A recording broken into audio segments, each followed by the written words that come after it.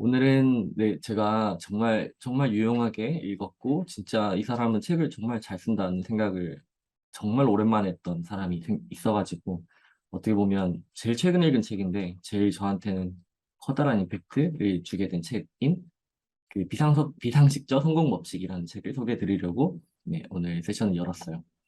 이 책은 처음에 이렇게 설명을 해요. 그 성공 법칙을 싫어하는 사람들을 위한 성공 법칙이다. 이제까지 성공한 사람들이 얘기해 줬던 성공에 대한 그런 방법들이 보통 사람에게 통하지 않았던 이유나 그런 것들을 하나하나씩 약간 이런 뭐 편견이나 그런 것들을 되게 깨주면서 되게 재밌게 쓰여진 책인데요. 분량이 많지 않기 때문에 아마 직접 보시는 게 가장 좋겠지만 아마 그래도 한 번 더 복습하고 싶으신 분들 아니면 이 책에 대해서 아직은 접근하기 어려웠던 분들을 위해서 이 세션을 마련하게 되었습니다. 그리고 저도 이거를 준비를 하면서 한 번 더 두 번, 세 번 더 읽게 됐던 것 같아요. 그게 되게 좋았어요. 그럼 시작을 해보도록 하겠습니다. 네. 이 책에 서두에 이런 얘기가 나와요. 서두가 또 재밌긴 한데 거기서 마지막에 이 책의 목표는 당신의 연수입을 10배 늘리는 것 이렇게 돼 있어요. 그래서 어떻게 보면 뭔가 누군가의 성공이라는 것을 조금 더 돈이라는 측면에 좁혀가지고 이런 수입을 늘리는 것이 목적이다라는 것을 초반에 좁히고 시작을 하고요. 되게 재미있었던 것이 이 사람이 자기가 이게 10년 있다가 책이 복각이 됐거든요. 그 복각이 된 시기 자체도 지금으로부터는 10년도 더 전인데 자기가 이 책이 복간되지 않기를 바랬고 아니면 좀 부끄러웠다라고 얘기를 해요. 왜냐하면 이 책이 너무 자기한테 날것의 언어로 쓰여졌기 때문에 너무 부끄럽다는 거예요. 어떻게 보면 20대 때 되게 뭔가 신나는 머리, 20대 때 되게 뭔가 리젠트 머리를 한 자기를 다시 돌아보는 느낌이다. 뭐 이런 식으로 표현을 하기도 했는데, 왜 날 것으로 써졌다는 게 부끄러운지는 저도 보니까 조금은 알겠더라고요. 너무 조금, 좀, 어, 뭐라고 해야 될까. 책에 나쁜 표현 같은 게 쓰여져 있지 않은데, 조금, 음, 조금은 비판적인 그런 느낌들이 좀 있어요. 이때까지의 그런 성공 법칙은 이렇게 되면 안 되고, 그러니까 이렇게 해야 된다. 약간, 그러니까 하라 마라 이런 식으로 조금 강하게 말을 하기 때문에 저자가 그게 조금 부끄러웠던 것 같아요. 근데 그래도 그걸 걱정한 거에 비해서는 책은 굉장히 쿨하고 되게 진짜 편하게 써져 있었고, 웬만한 사람들이 다 이해할 수 있을 정도로 쉽게 쓰여져 있다는 게 진짜로 크게 전 재밌게 봤어요. 좋은 포인트입니다. 이제 첫 번째로 먼저 이렇게 얘기를 해요. 대부분의 성공 법칙들이 왜 안 되냐. 아무리 많이 읽어도 이게 소용이 없다. 소용이 없는 이유? 거기에 대해서 말을 해주는데 이 사람 이렇게 표현합니다. 대부분의 성공 법칙이 이미 성공한 사람들한테 그리고 자기 자신한테 들려주기 위한 훈계 같은 거다라고 얘기를 해요. 어떻게 보면 행복은 돈으로 살 수 없고 운이 좋았다 나는 그리고 사람과의 만남이 중요하고 이게 당연히 맞는 말이기는 한데 완전히 그 돈이 없는 사람들에게는 그렇게까지 유효하지 않다는 거였어요. 그리고 성공한 사람들은 끝까지 올라가고 나면 그다음부터는 겸허한 마음이나 아니면 자기 자신을 되게 자만하지 않게끔 하는 그런 만트라 같은 게 되게 많이 필요해진대요, 실제로. 그래서 자기한테 주는 그런 말 같은 것들이 어떻게 보면 성공 법칙이라고 쓰여져 있는 책의 메시지다라고 되어 있는 것이었고, 그게 보통 사람인 우리라고 할게요. 우리에게는 통하지 않는 것이다. 그건 너무 당연하다. 이런 식으로 처음에 시작을 합니다. 그래서 보통 사람이라면 그 성공 법칙에, 그러니까 보통 그런 우리 이런 말을 하게 되는데 보통 그런 많이 나와 있는 자기계발서, 성공 서적에 나와 있던 것이 돈은 전부가 아니고 겸허해야 하고 인간관계를 소중히 여겨야 된다라고 얘기를 하는데 그게 아니라 그래도 돈을 벌어야 된다. 돈을 벌어야 된다라고 얘기를 하고 그리고 두 번째는 겸허해야 한다가 아니라 그러나 대차게 나가지 않으면 비싼 가격에 팔 수 없다라고 얘기를 하고 세 번째는 인간관계를 소중히 여겨야 한다라는 격언이 그러다가는 하청 일만 하게 될 뿐이다. 이렇게 화살표를 여기 직접 그어져 가면서 설명을 해주거든요. 이 말들에 저는 개인적으로는 굉장히 좀 충격을 받았어요. 제가 이런 뭔가 왼쪽에 있는 그런 쪽으로 방향을 잡고 생활을 되게 많이 하고 있었는데 어떻게 보면 우측에 대한 그러니까 단도직입적으로 말하면 돈을 버는 데는 그렇게 유효하지 않았던 그런 뭔가 격언들이 많았었던 것 같아서 여기서부터 되게 책을 정말 뭔가 이 책이 되게 재밌겠다라는 기대를 하면서 읽게 됐던 것 같습니다. 그리고 이제 처음에 이런 얘기를 해요. 또 이것도 되게 초반에 나온 얘기인데 사람들이 보통 사람들을 네 가지로 이제 분류를 해요. 그 네 가지를 분류하는 기준은 크게 돈이랑 마음 이렇게 두 가지로 분류를 하는데 가로축이 돈이고 세로축이 마음이라고 했을 때 마음부터 먼저 볼게요. 마음이 이렇게 좋다는 것은 풍요롭다는 것은 선하다라고 표현이 되고 반대로 어, 네, 반대로 가난하다라는 것은 악하다라고 표현이 되는데, 악하다고 표현이 되죠. 그래서 마음이라는 것, 축은. 그리고 두 번째, 돈은, 왼쪽은 쪼들리고 좀 적은 가난한 쪽이고, 오른쪽은 많다. 이렇게. 그래서 네 가지 종류로 사람이 구분이 된다라고 쳤을 때, 우리는 가난하고 돈이 없는 그런 보통 사람이라고 해요. 대부분의 사람들은 1번 여기 왼쪽 아래에 있어요. 그리고 거의 대부분의 사람들은 또 4번 풍요로운 부자 쪽으로 가고 싶어 해요. 근데 우리가 이렇게 가고 싶어 하는 거가 결국에는 목적인데, 그러면, 근데 한 번에 이렇게 가는 건 너무너무 어렵다는 거예요. 그래서 어떻게 가야 되냐? 이제 두 가지 스텝으로 나눠야 된다. 두 가지 스텝은, 첫 번째 돈을 먼저 벌고, 그다음에 마음 공부를 하면 된다. 이렇게 얘기를 해요. 자기가 해보니까 하기도 하고, 주변 사람들을 보니까, 이렇게 가는 거 너무 어렵다는 거예요, 한 방에. 그리고 위로 마음 공부를 하는 것도 자기가 생각하기에는 그게 빠른 방법은 아니다라고 했어요. 그래서 우리는 보통 사람이기 때문에 먼저 돈을 벌고 그 다음에 마음 공부를 하면 그게 더 빠른 방법이지 않나라고 하면서 그래서 계속 이 책은 먼저 돈을 벌자라는 쪽으로 좀 많이 가기는 하거든요. 그게 저는 더 재밌게 봤던 포인트였던 것 같습니다. 그래서 우리는 이제 먼저 돈을 어떻게 버는지에 대해서 이 책에서 얘기를 하게 되는 것들이 있는데 그게 이제 8가지 법칙이 있어요. 그 법칙을 제가 오늘 차례대로 말씀을 드리고 중간중간에 제가 어떻게 적용을 했는지 그것도 같이 말씀을 드려볼게요. 저도 이 책을 읽은 지는 2주 정도 된 것 같은데 그 사이에 되게 많은 그런 성취가 조금 있었어요. 겨우 2주밖에 안 된 것 치고는 되게 많은 성취가 있었는데 그거를 조금 공유를 해드리려고 합니다. 네. 제가 봐은 세 가지가 있는데 특히 이제 세 가지로 정리를 해보면 첫 번째는 싫어하는 것을 정의를 했다는 거였어요. 이게 저는 원칙이라는 책도 좋아하고 어떤 일을 함에 있어서 어떤 것들을 내가 하면 좋고 그런 것들을 많이 정해왔다고 생각을 했는데 이 싫어하는 것이라는 거에 대해서는 정의를 제대로 못했다는 생각이 들더라고요. 이것도 추후 지금 이 다음 장에 바로 나오니까 이어서 설명을 드려보겠습니다. 그리고 두 번째, 돈에 대한 두려움을 해소하다. 이거는 제가 정말 몰랐는데 돈을 버는 것을 되게 무서워했다라는 것을 알게 됐어요. 이 책을 읽으면. 그리고 원하는 만큼의 금액을 제시를 하지 못했을 때 발생되었던 안 좋았던 부작용 같은 것들이 있었는데 그것도 이따가 같이 말씀드릴게요.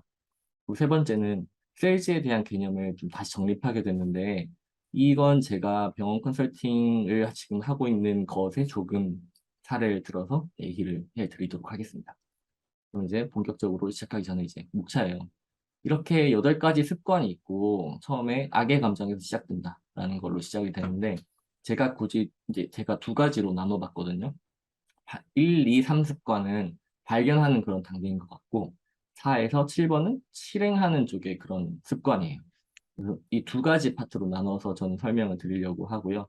마지막 8습관은 이 저자가 7습관까지 끝내고 나중에 추가된 습관이에요. 거기에 대해서도 조금 더 설명드리도록 하겠습니다. 첫 번째, 네.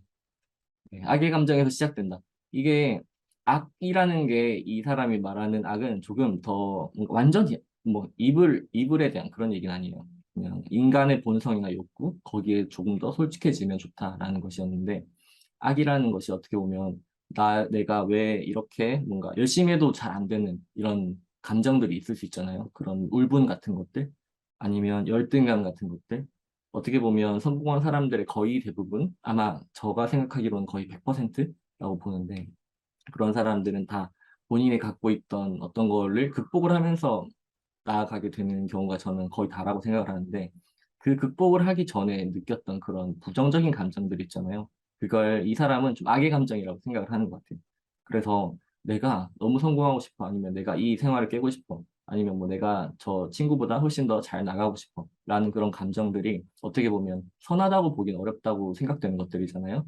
근데 이걸 무시하지 말고 그냥 받아들이고 그것부터 시작을 하면 그게 이제 에너지가 되고 동력이 된다라는 얘기를 시작을 합니다. 그래서 이 돈을 버는 것에 대해서 그렇게 뭔가 숭고하다든가 아니면 돈을 좀 제약시한다든가 그런 것들을 하지 말고 그냥 여기 우리가 돈을 벌기로 했으면 그 악의 감정, 어떤 원동력이 되는 것들을 그대로 한번 사용을 해봐라 라는 걸로 처음 시작을 합니다.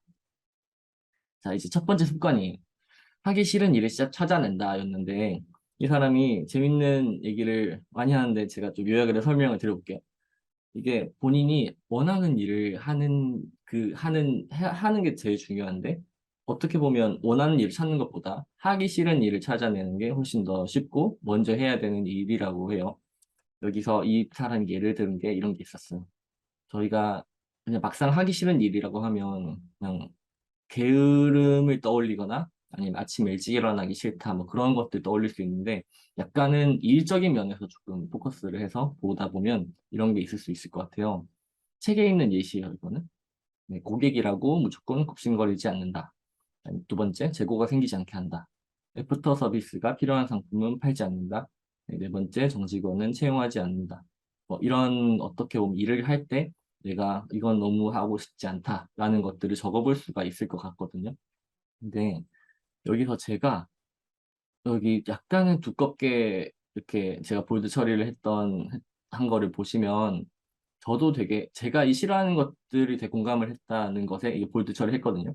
그러니까 고객이라고 무조건 굽신거리지 않는다라는 거는 저도 당연히 싫어하는 것이었고 세 번째는 그런 뭔가 어떻게 보면 저는 운영이 많이 필요한 상품은 팔고 싶지 않다는 생각을 예전부터 많이 하긴 했어요. 먼저 팔면 다시 끝나는 거였으면 좋겠다는 생각을 했거든요.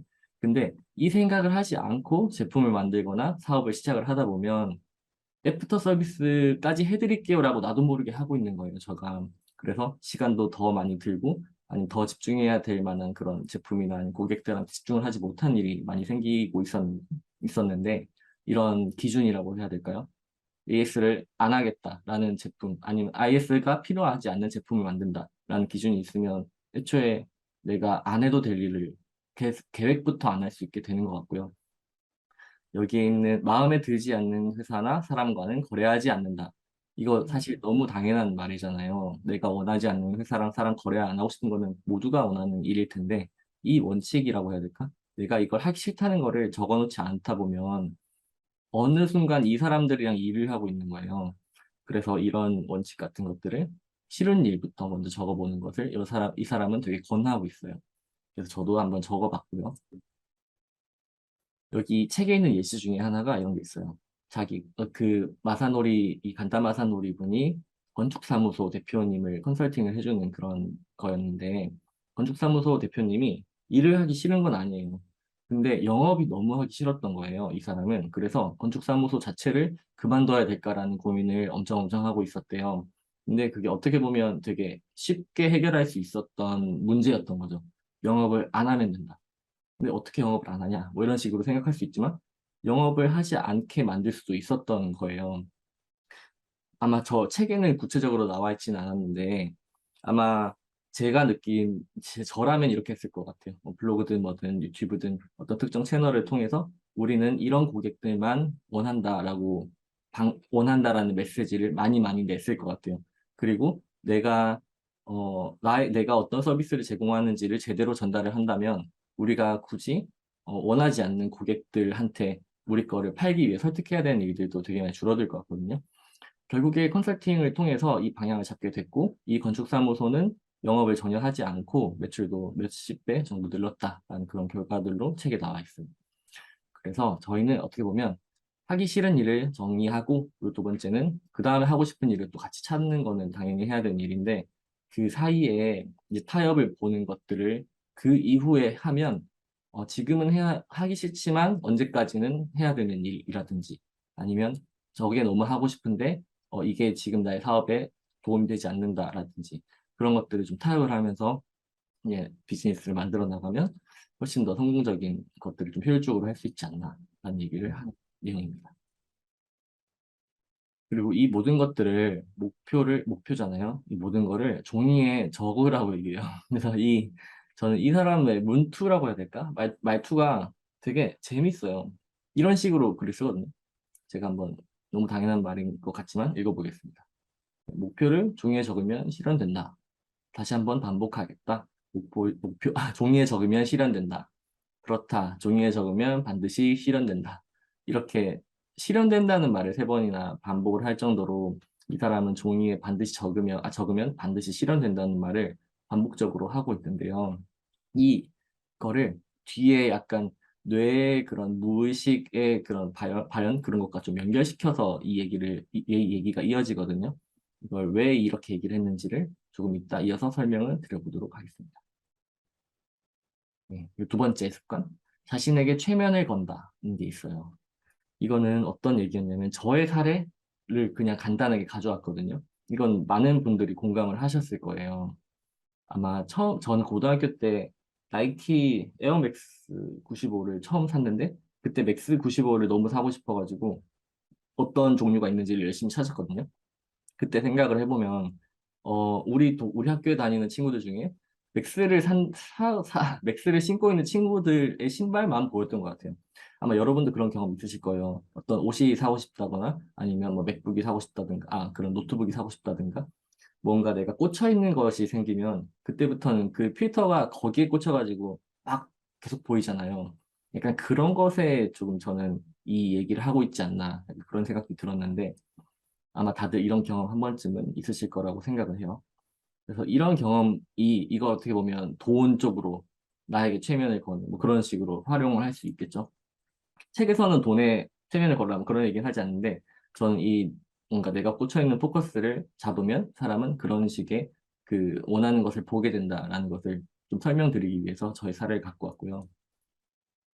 그리고 우리의 세계가, 우리가 왜 이게 가능하냐라고 한다면, 우리의 세계는 반복되는 말과, 그리고 자기가 자신한테 하는 말, 그리고 다른 사람이 동조하는 말로부터 우리의 세계가 형성이 된다라고 해요. 근데 이 말은, 어, 많은 사람들이 동의를 하겠죠. 주변에 있는 사람들이 말이 나에 영향을 미치게 되니까. 근데 실제로 그 뇌 속에서는 이렇게 된대요. 뭔가 실제 현실로 있느냐, 있지 않느냐 보다 그것이 중요한 게 아니라 그냥 우리가 그걸 믿고 내가 그걸 말을 하면 그것이 뇌 속에서는 현실로 받아들인다고 해요. 그래서 우리가 이걸 잘 하기 위해서 사람이나 환경, 내 주변에 있는 어떤 것들을 세팅을 하냐, 그리고 어떤 말을 듣느냐에 따라서 실제 우리 세계가 완전히 그냥 달라질 수 있다라는 것을 얘기를 하거든요. 이때 주요하게 질문을 해야 되는 것들은 이런 것들이 있을 것 같아요. 어떤 사람을 이제 자기 주변에 두는가? 어떤 환경에 내가 놓여야 하는가? 이 두 가지를 만약에 질문을 한다면 내가 어떤 최면 아니면 어떤 뭔가 미래를 꿈꾸고 있는지를 조금 더 명확하게 볼 수 있을 것 같아요. 그리고 이건 조금 실질적인 얘기인데요. 이제 목표를 설정을 해야겠죠? 목표를 설정을 하는데 설정할 때는 현재형을 사용을 하래요. 왜냐하면 이게 진짜 마치 된 것처럼 좀 더 강하게 상상하기 위해 이 현재형을 사용을 한다고 하는데 예를 들면 이런 거겠죠? 나는 뭐 10억을 벌고 싶어 라고 얘기하는 게 아니라 나는 올해 12월 31일에 10억을 벌었어 라든가 10억을 번다 이런 식으로 얘기를 하고 그 목표를 읽고 상상을 하면서 되게 기분 좋게 웃고 그러면 더 강렬하게 그것을 떠올릴 수 있다라고 합니다.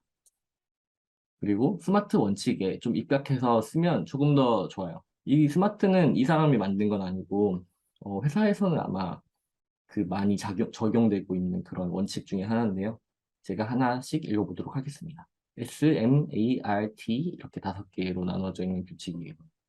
첫 번째 S는 이제 스페시픽해서 구체적으로 해야 된다. 두 번째는 예측 가능한 메저러블 하게 해야 된다. 세 번째는 내가 동의할 수 있는 것이어야 된다. 네 번째는 현실적이어야 된다. 다섯 번째는 이제 마감이 있어야 된다. 기일이 명확해야 된다. 이런 건데 예를 들면 이렇게 될 것 같아요. 나는 부자가 된다. 그게 아니라 연 수입을 늘린다라고 목표를 세운다라고 하고 그 예측 가능하다는 것은 이제 숫자로 어떻게 표현을 한다라고 표현을 할 수 있을 것 같아요. 그러면 내 수입을 1억을 늘린다. 그리고 동의하는 쪽에서는 이 정도는 내가 필요하다라고 그러니까 합당한 그런 나의 목표라고 생각을 내가 동의를 해야 되잖아요. 그래서 이렇게 동의를 하는 과정이 있고, 네 번째는 완전히 정말 너무 터무니없는 목표는 달성을 스스로가 믿을 수가 없을 것 같아요. 그러니까 나는 이 정도 달성 가능하다라는 것을 자기가 스스로 알 수 있는 정도. 그리고 다섯 번째, 뭐 내년 4월 30일까지 이렇게 구체적인 일정을 정하는 거가 될 것 같습니다. 이렇게 하면 조금 더 목표를 명확하게 지을 수 있다라는 것이었고요. 이게 저는 되게 재밌다고 생각을 거는 체면을 건다가 여기 습관이잖아요. 그러니까 그런 거 말한 것처럼 내가 스스로한테 계속 말을 하고 그리고 이 목표 내가 스스로한테 계속 말을 하는데 이 목표가 진짜 지켜질 수 있을 만한 건지 계속 스스로가 그거를 설득을 하는 거죠. 저는 그렇게 이해를 했어요. 너무 터무니없는 목표를 잡지 말고, 근데 대신 주변에 있는 환경에서 이게 당연히 될 것 같다, 아니면 된다라는 얘기를 계속 해줄 수 있는 그런 환경을 구축을 한다. 그런 걸 계속 하다 보면 내가 최면에 걸리게 되고, 그 최면에 걸린 상태라는 것은 아까 말씀드렸던 그 신발만 보이는 그런 경험인 거죠.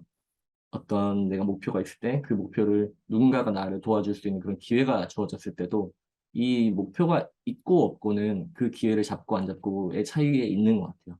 그래서 자신에게 최면을 걸게 되면 그 조금 더 기회를 더 많이 잡을 수 있게 되기도 하고 그렇게 되는 것 같습니다. 네. 그리고 세 번째, 내가 바라는 직함을 만든다입니다.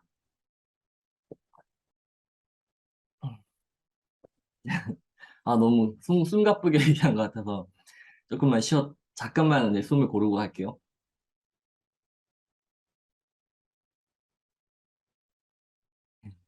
두 번째 습관, 내가 바라는 직함을 만든다입니다. 앞서 말한 두 번째 습관인 최면 거는 거랑 어떻게 보면 비슷한 걸 수도 있을 것 같아요. 여기 예시를 보여드릴게요. 책에 있는 예시예요. 셀프 이미지를 변경을 하는 것만으로 그러니까 사업 방향 자체를 완전히 다르게 만들 수도 있다라는 예시를 하는데 저는 여기에 되게 공감을 많이 했어요. 채소를 파는 어떤 채소 장수가 있다고 치면 그 사람이 나는 채소 장수야라는 이미지를 갖고 있을 때와 내가 계절식품 통해서 가족의 유대와 건강을 촉진하는 슈퍼 프로모터야, 슈퍼 마케터야라는 그런 이미지를 갖고 있을 때랑은 그 태도나 아니면 내가 목표로 하는 어떻게 보면 비전이겠죠? 비전이 완전히 달라진다는 거예요. 이게 그러니까 이게 말로만 그냥 달라지는 거라고 볼 수도 있지만, 완전히 사장과 아르바이트생의 그런 마인드 차이 정도로 굉장히 저는 그 차이가 크다라고 생각을 하는데, 만약에 채소 장수인 사람이 채소를 파는 거면 그냥 소비자한테 물건을 팔기만 하면 되는 거예요.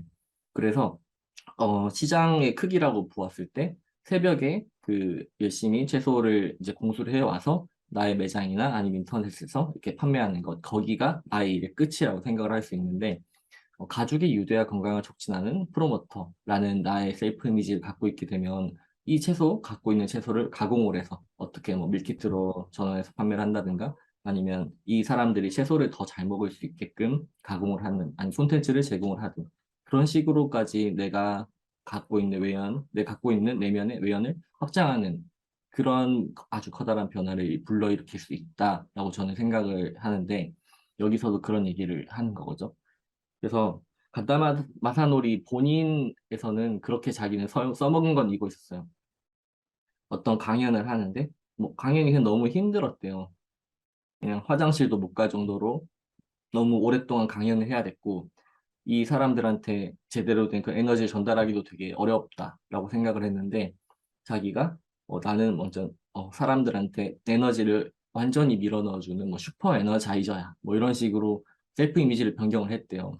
그러고 나니까 그때부터 그냥 자기 마음가짐이 달라져서 지치지 않고 더 뭔가 열정적으로 정보를 전달할 수 있게 됐다. 강연을 오랫동안 해도 그냥 힘들지가 않더라라는 얘기를 하거든요. 근데 그게 그냥 약간 뭐 도시전설 그런 괴담처럼 들리는 그런 미신같이 들릴 수도 있는데 저는 어떤 느낌인 줄 알 것 같아요. 사람 마음가짐이 사실 우리 세계 전체잖아요. 그러니까 그런 것처럼 셀프 이미지를 이렇게 언어로서 변경을 하는 것이 도움이 된다. 그게 내가 바라는 직함을 만든다라는 습관 중에 습관이었습니다. 그리고 네 번째, 목표 달성에 필요한 정보를 수집한다라고 돼 있어요. 이거는 그 세 가지를 얘기를 하거든요. 어떻게 보면 너무 당연한 거죠. 내가 성공을 하려면 아니면 내가 어떤 목표한 바를 이루려면 정보를 많이 알면 알수록 좋잖아요. 양질의 정보를. 그래서 이 사람은 세 가지 얘기를 합니다. 첫 번째는 책이고, 두 번째는 사람이고, 세 번째는 오디오. 근데 오디오 얘기를 하려고 이 정보 수집 습관을 넣은 것 같을 정도로 오디오에 많이 초점이 가 있어요. 첫 번째 책은 그냥 책을 많이 읽으라고 하는 건데 이 사람이 책을 많이 읽기 위해서는 포토 리딩이라는 그런 기술을 자기 습득해서 했다라고 하거든요. 근데 포토 리딩 기술이 책에 나와 있긴 한데 그거를 읽기만 해서 따라하기가 너무 어려워요. 그래서 포토 리딩이 혹시나 궁금하시면 그건 따로 찾아보시고 배우는 게 좋을 것 같고 사실 저도 포토 리딩을 해본 적은 없고 한 적이 그러니까 할 수 있는 방법을 몰라서 이 부분은 그냥 넘어가도록 하겠습니다. 포토리딩을 간략하게 설명만 드리면 책을 그 사진 찍듯이 읽는 거죠. 어떻게 보면 굉장히 빠른 속도로 속독을 하는 거고 그게 빠르면 한 보통 일반인보다 5배, 7배 정도 빨리 책을 본다고 합니다. 그게 어떻게 가능한지는 모르겠지만 가능하다고 하는 사람들을 저도 좀 본 것 같긴 해요. 그리고 두 번째는 사람이겠죠. 주변에 이 사람 얘기를 제가 넣어놨는데 뭐냐면 이거 되게 저의 경험이긴 했어요, 이것도. 제가 예전에 어떤 동아리 생활을 하는데 물구나무 서는 그런 활동, 물구나무 서기를 모두가 다 할 수 있어야지 어떤 뭔가 공연을 할 수 있는 그런 곳이었거든요. 근데 물구나무 서기를 사실 한 번도 안 해봤다 보니까 너무 힘든 거예요. 사실 진짜 엄청 힘들었거든요. 처음 하면 아예 1초, 2초도 못 버티고 떨어지게 돼요. 거의 다 대부분의 사람이. 근데 다 같이 하는 게 아니라 이미 잘하고 있는 것들을 보고 있잖아요. 거기 있는 모든 사람들이 물구나무 서기를 할 줄 알았거든요.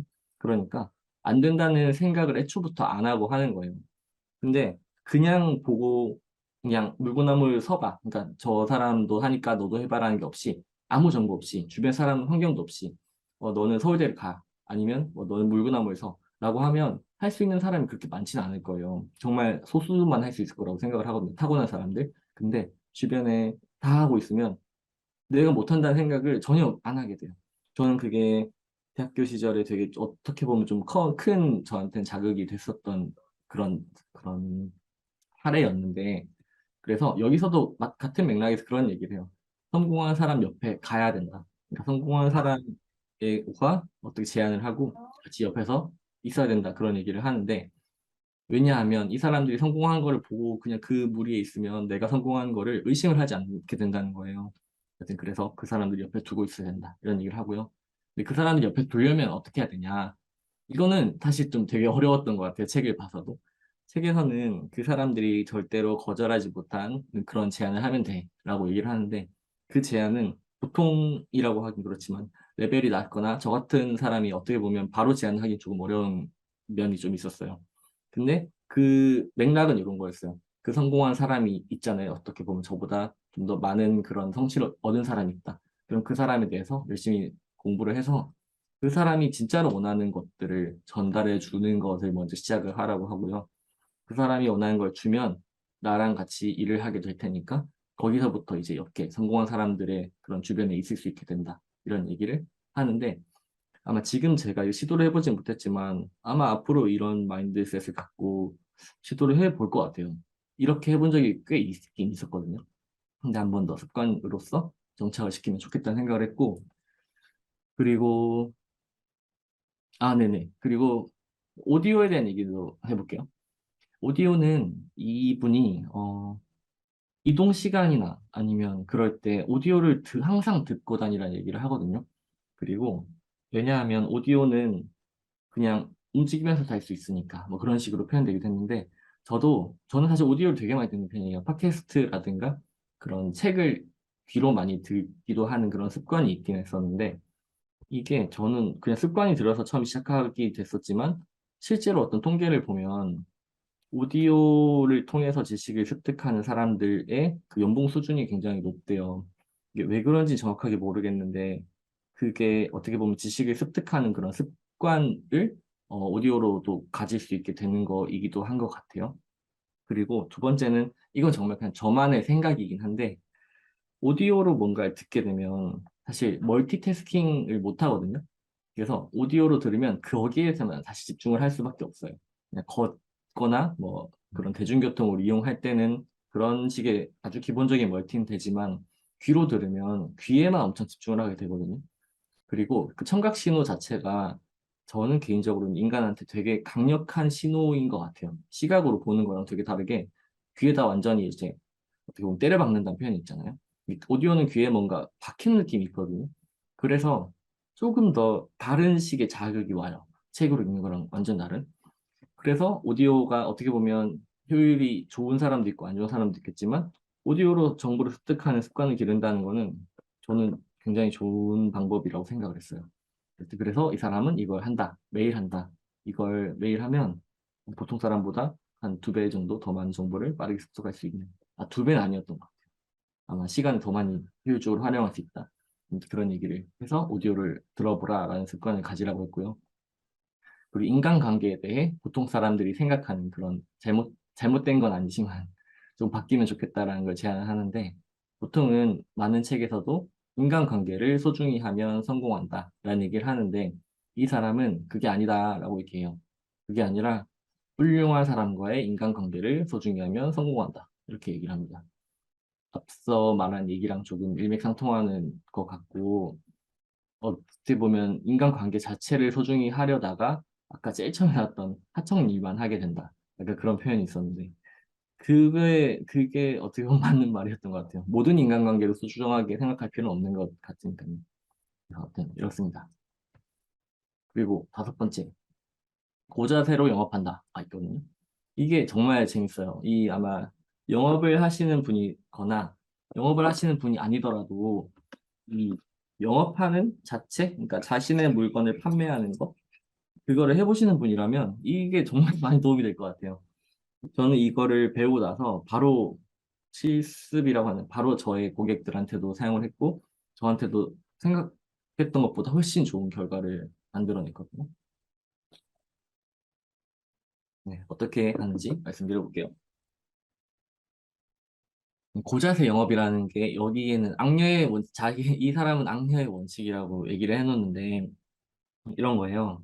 뭔가 관심이 있는 것처럼 얘기를 한 다음에 실제로는 관심을 주지 않고 해서 상대를 뭐 안달나게 한다 뭐 그런 거였는데 악녀일 수도 있고 뭐 악남일 수도 있고 어떻게 보면 연애에서 좀 통용되는 그런 원칙일 수도 있을 것 같은데 이렇게 해야 된다라고 얘기를 해요. 왜냐하면 그게 인간의 본능이니까 내가 가지지 못할 것을 제공을 할 것 같이 얘기를 하는 것이 인간에게는 훨씬 더 매력적으로 보이게 하기 때문이라고 합니다. 그래서 이 사람은 조금 다른 영업의 원칙이라는 것을 조금 다르게 정의를 해요. 뭐냐면 마케팅으로 고객을 확보한 다음에 세일즈로 고객을 잘라내는 것이다. 라는 정의를 이렇게 내려주거든요. 이 정의가 어떻게 이제 실현이 되는지 네, 뒤에 이어서 말씀드릴게요. 아, 네. 이거부터 먼저 말씀드릴게요. 이거는 예시가 조금 다르긴 한데 파타고니아라는 의류 브랜드가 지구를 생각하고 환경을 보호하는 그런 메시지를 던지는 걸로 되게 유명하거든요.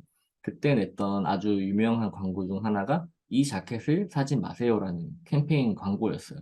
왜냐하면 패션은 굉장히 그런 그러니까 옷 만드는데 물이 되게 많이 들고 그 환경 오염이 엄청나게 많이 발생을 한다고 하거든요. 그래서 파타고니아에서는 우리 옷을 되도록이면 사지 말고 그냥 고쳐서 입게도 하고 약간 그런 식의 캠페인을 한 적이 있어요. 그래서 되게 어떻게 보면 색다른 그런 광고 캠페인을 한 거죠. 근데 오히려 이 캠페인을 하고 굉장히 많이 팔려서 아마 마케팅적으로, 아니 비즈니스적으로는 성공했다라고 표현을 할 수 있을 것 같은데, 어떻게 보면 사람들은 이 사지 말라라는 그런, 뭔가, 뭔가 하지 마라라고, 그러니까 뭐라고 할까요? 그냥 좀 반전된 그런 메시지의 매력을 느낀다라는 것에 저는 예시로 이걸 가져다 본 것입니다. 네. 그리고 아까 이어서 다시 말씀드릴게요. 그 세일즈의 목적에 대해서 이 사람도 크게 느낀 바가 있었대요. 일을 하다 보니까. 그래서 이거는 원문 전체인데 이건 같이 읽으면 좋을 것 같아서 아예 통으로 가져왔어요. 제가 읽어보도록 하겠습니다. 세일즈의 목적은 상대방을 설득하는 것이 아니다. 상대방이 구매할 확률이 높은지 아닌지를 판단하는 것이다. 따라서 세일즈맨은 구매할 확률이 높은 고객에게만 시간을 할애하고 확률이 낮은 고객은 지체하지 말고 거절해야 한다. 이렇게 얘기를 하거든요. 이게 저는 좀, 이것도 저한테 좀 충격적으로 좋게 다가왔거든요. 이게 왜 그랬냐면, 이 뒤에 예시가, 이런 식의 예시가 나와요. 만약에 우리의 제품을 구매하는 어떤 고객을 만날 확률이 5%라고 하면, 내가 100명을 만났을 때, 95명으로부터는 거절을 당해야 되는 건데, 그거를 빠르게 당하면 당할수록 우리는 효율이 높아진다라는 거였어요. 그게 그래서 이 사람은 어떻게 만났을 때 바로 뭔가 이 내 물건을 사달라고 뭔가 요청을 하거나 우리 물건이 좋다라고 막 설명을 하는 게 아니라 우리 물건을 살 건지 안 살 건지 먼저 그냥 물어보면 된다고 하는 거예요. 나 이거 물건 팔러 왔는데 이거 살 의향이 있냐? 라고 물어보면 그때 대번에 사실 감이 오잖아요. 이거 살 것 같다, 안 살 것 같다. 그랬을 때 그냥 안 살 거면 바로 그냥 지체하지 말고 그 자리를 박차고 일어나라고 얘기를 해요. 그러면 진짜로 살 것 같은 고객인지 아니면 아예 안 살 고객인지를 바로 가를 수 있다. 그러니까 안 써도 될 시간을 완전히 안 쓸 수 있게 되는 거네요. 근데 또 반대로 아까 전에 악녀의 법칙 그 있었잖아요. 그걸 보면 그냥 팔 의향이 없어 보이는 사람한테 더 뭔가 자연스럽게 자신감을 느낀다고 해야 될까요? 그래서 물건 판매도 자연스럽게 높아진대요. 그런 태도로 만약에 한다면 더 매력적으로 내가 느껴지게 만들 수도 있을 것이고 반대로 진짜로 안 살 고객이라면 그 사람한테 시간 더 이상 안 쓸 수도 있겠죠. 그래서 이 사람 그걸 임금님 영업이라고 해요. 그래서 고자세로 영업을 한다라고 표현을 하는데 완전히 5만 원 자세로 간다는 게 아니라 우리 물건 살 건지 안 살 건지만 빨리 구분한다. 그렇게 얘기를 하는 거였고 이 사람이 두 가지 이제 원칙이 있습니다. 나와 어울리지 않는 고객을 이제 구분하려면 이 원칙 두 가지 갖고 있는 거죠. 나는 부탁하는 영업은 하지 않는다. 그리고 가능한 빨리 노라는 대답을 듣는다. 이 두 가지의 그런 원칙을 갖고 일을 하는 거예요. 그러면 훨씬 더 많은 것들을 할 수 있게 된다라고 합니다. 제가 이게 지금 진행하고 있는 곳이어서 뭐 구체적으로 말씀드리기 어려운데 그 병원 그 마케팅 컨설팅을 진행을 하고 있거든요. 근데 거기서도 그 원장님도 어떤 특정 환자를 보는 게 무섭다? 그러니까 제가 좀 각색을 했어요. 이건 정확하진 않아요. 어떤 특정 환자를 보는 것이 무섭다라고 얘기를 하셨는데 그게 저희가 보기에는 이 환자를 거절하면 될 것 같은 거예요. 그러니까 이 원장님은 환자를 보고 그 치료를 하는 것에 대해서는 엄청난 보람을 느끼는 진짜로 찐 뭔가 진료를 하고 싶으신 그런 원장님이었거든요. 근데 어떤 특정 고객군을 오는 게 너무 무섭대요. 자기가 어떻게 보면 에너지 더 많이 써야 되고 그렇게 하다 보니까. 그래서 저희가 지금 그쪽으로 방향을 좀 틀었어요. 이렇게 원장님을 좀 설득을 했는데 이제부터 그 환자는 우리가 거절을 하면 된다라고 얘기를 했거든요. 처음에는 이해를 못 하시는 것 같더라고요. 제가 느끼기에. 왜냐하면 병원이 어떻게 환자를 거절을 하냐, 아니면 오는데 어떻게 막냐, 이렇게 생각을 하셨던 것 같고, 이게 아니라 저희는 이렇게 하면 좋을 것 같아요. 어떤 우리 앞으로 뭔가 마케팅 메시지든 우리 병원을 알리는 그런 이야기를 할 때, 저 고객이 오지 않게 메시지를 다 세팅해서 내보낼 거다. 그러면 그 고객은 그러니까 뭐, 아예 문전박대를 하는 게 아니라 이 고객은 우리한테 관심을 갖지 않게 될 거니까 상대적으로 훨씬 더 적은 숫자의 훨씬 더 적은 그 싫어하는 고객이 오지 않게 될 거다라고 얘기를 했고, 그럼 반대로 이제 우리가 오면 좋은 고객들이 있잖아요. 병원마다 다 다를 텐데. 그럼 그 고객들만 올 수 있게끔 그런 마케팅 플랜을 짤 수 있겠죠. 이런 식으로 이렇게 그 원장님을 설득을 했고, 이제 그쪽 방향으로 나아가려고 지금 진행을 하고 있는 중이거든요. 그래서 어떻게 보면 우리는 영업이라는 것을 아니면 내 거를 뭔가 물건을 판매하고는 내가 이직을 하든 내가 그런 연봉 협상을 할 때 내 연봉을 올려주세요라든가 내 거를 판매하거나 이 사람한테 내 거를 살 수 있게 설득하는 거에 엄청난 포커스가 가져 있는데 그게 아니라 오히려 고자세로 그냥 내가 팔고 싶은 거를 이 가격에 팔고 싶다 이런 식으로 얘기를 하는 것이 오히려 서로한테 더 좋을 수 있겠다. 저도 그런 생각을 되게 많이 했었던 것 같습니다. 네. 잠시만요. 네, 그렇습니다. 그래서 네, 그렇습니다. 그리고, 네, 그리고 여섯 번째 습관, 시간이 생각보다 빨리 갔네요. 제가 말을 되게 빨리 한다고 생각했는데, 그래도 벌써 40분이 지났네요. 저희가 30분에 끝낼 줄 알았는데, 또 빨리 그래도 빨리 이어가도록 하겠습니다. 돈을 몹시 사랑한다. 육습관, 이거는 저 개인적으로는 진짜 너무 긍정적인 영향을 받은 습관이에요. 진짜로. 이게 제가 예시를 제 걸 갖고 왔거든요.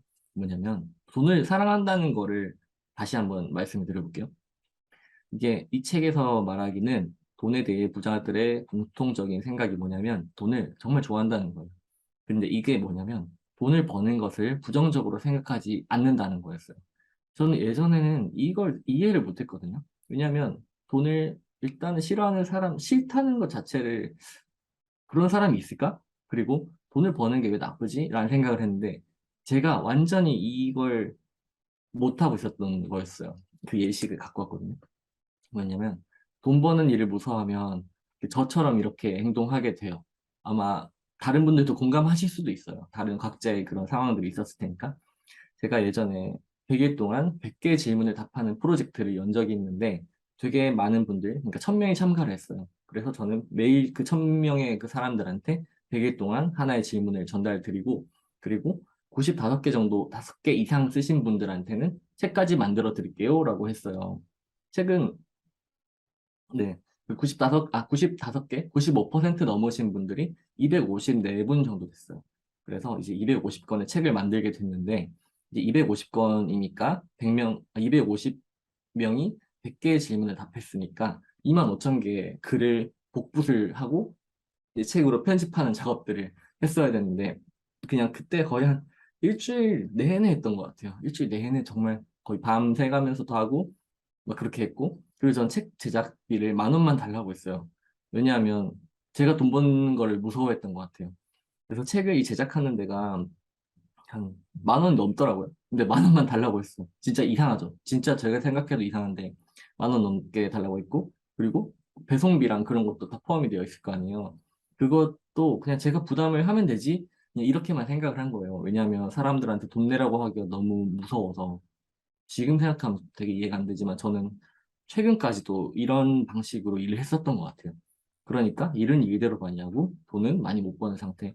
그러니까 그런 일들이 좀 많아졌다라는 생각이 드는데 그래서 정리를 하면 제작비 10,000원 달라고 했고 무료로 엄청난 노동을 했고 그리고 제가 혼자서 못해서 제가 그런 주변에 부탁까지 하면서 그 제 돈으로 이제 돈을 내가면서 그러니까 이게 책을 만들어 드렸거든요.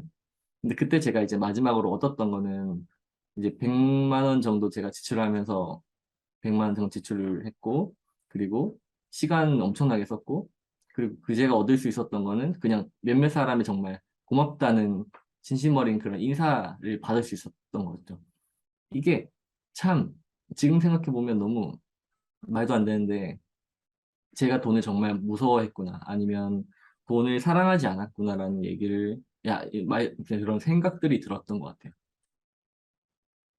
그래서 이제 이 돈을 사랑하는 습관이라고 해야 될까요? 이 원칙을 지키고 나면 저가 옛날 과거에는 이런 식으로 일을 했어. 지인이니까 아니면 뭐 누구니까 이 사람 좀 돈이 좀 없는 것 같으니까 100만 원 해줘야지. 100만 원에 일을 받아요. 그러면 근데 일은 적진 않잖아요. 사실 어떤 일을 받아도 100만 원 받든 3만 원, 300만 원 받든 일의 양 그렇게 크게 차이가 안 나는 일을 전 하거든요. 근데 하다 보면 요청도 많이 들어오고 뭐 수정 요청도 오고 뭔가 더 많이 일을 하다 보면 이동받고 이 일을 해야 되냐는 생각이 들고 그 이후로 자연스럽게 이런 생각을 이어지게 된 것 같아요. 이 사람이랑은 일을 안 해야겠다. 근데 제가 이 사람은 저한테 뭐 돈을 깎아달라고 한 것도 아니고 돈이 없다고 한 것도 아니고 내가 애초에 거절하면 됐을 일을 진행을 한 다음에 그냥 제 마음속에서 저 사람은 일을 같이 하면 안 되는 사람으로 제가 생각을 했던 거였어요. 그래서 이 생각을 갖게 된 것이 돈을 좀 무서워하고 경외시하고 좀 죄악시했다는 거를 저 최근에 이 책을 보면서 알게 됐어요. 그래서 현재 어떻게 됐냐면 그냥 저의 몸값 아니면 저의 그냥 시장가를 얘기를 해요. 보통 시장가는 이 정도 한다. 옛날에보다는 사실 3배 이상 정도 되는 제가 진짜 싸게 일을 해주고 있었더라고요. 그래서 300만 원이다. 이렇게 하면 그 돈을 받고 열심히 해요. 왜냐하면 돈을 받을 만큼 하면 되니까. 그리고 결과물도 당연히 좋아요. 왜냐하면 돈을 많이 받았으니까 이만큼 해줘야지라고 생각을 하게 되고. 전 이 순환이 되게 저 개인적으로는 좋다고 생각을 하고, 최근에도 이런 일이 있었어요. 이 금액이나 이런 예시들은 조금 많은 디테일 차이가 있지만, 최근에도 그냥 똑같은 일을 하면서 한 3배, 4배 정도 되는 돈을 받게 됐던 것 같아요. 근데 그렇다고 해서 그 사람한테 제가 나쁜 사람이 되는 건 아니더라고요. 그리고 돈을 더 많이 받게 하니까, 또, 뭐, 왜 이렇게 비싸게 받니? 그런 말도 전혀 듣지도 않았어요. 그냥, 그래, 그 정도구나. 그렇게 하자. 이렇게 그냥 끝났거든요. 근데 저는 계속 이런 생각을 했던 거죠.